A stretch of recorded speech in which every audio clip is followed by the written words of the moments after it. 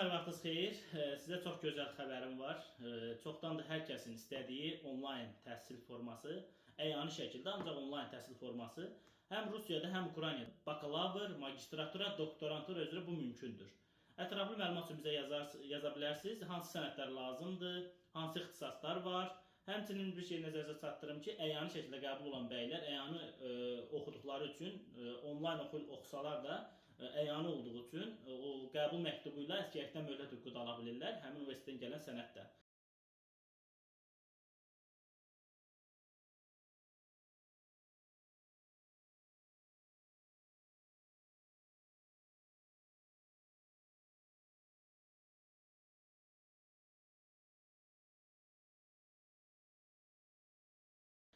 Buna görə də qeyddən keçməyə tələsin. Hər ixtisas üzrə bəlli sayda yerlər var. Ətraflı məlumat üçün bizə yaza bilərsiniz. WhatsApp-da, həmçinin də mesaj bölməsinə yaza bilərsiniz.